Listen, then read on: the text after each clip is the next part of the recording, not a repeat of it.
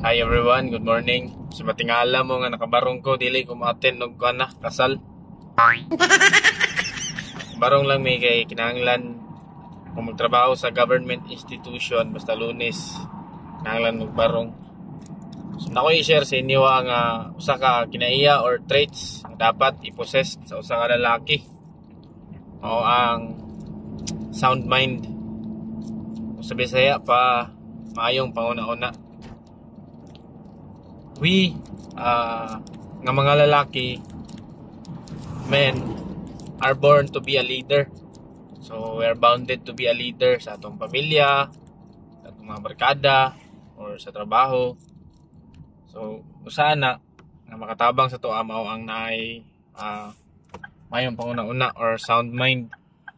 Kaya diha magikan ang self-control, diha magikan ang self-discipline.